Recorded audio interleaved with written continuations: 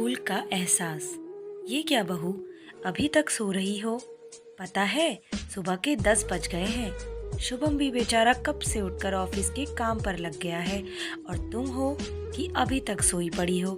चलो अब उठकर सबके लिए चाय नाश्ता बना लो। मुझसे कुछ नहीं हो पाता है, वरना मैं तो तुम्हारे भरोसे कभी न रहती, खुद ही सब कर लेती। सॉरी माँ जी, मैं देर रात तक काम चलता रहा, इसलिए सुबह सुबह ही सो पाई थी, इसलिए समय का पता ही नहीं चला।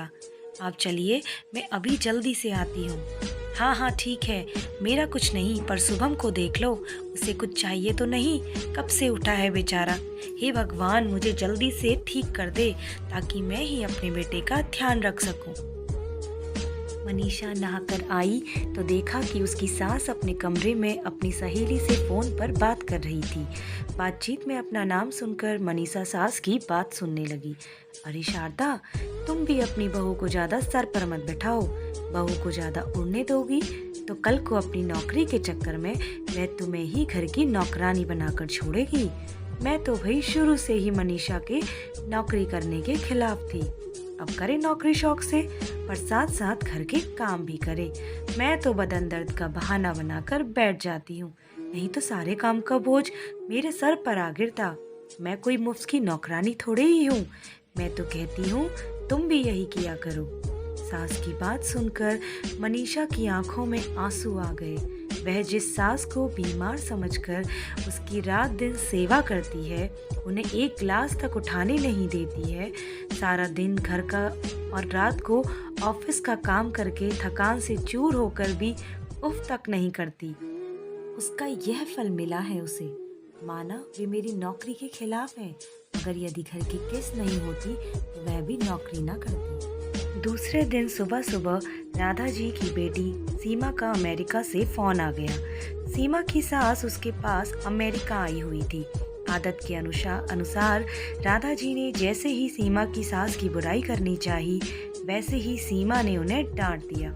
माँ, आप बिल्कुल भी माँ जी के बारे में अनाप शनाप नहीं बोलेंगी।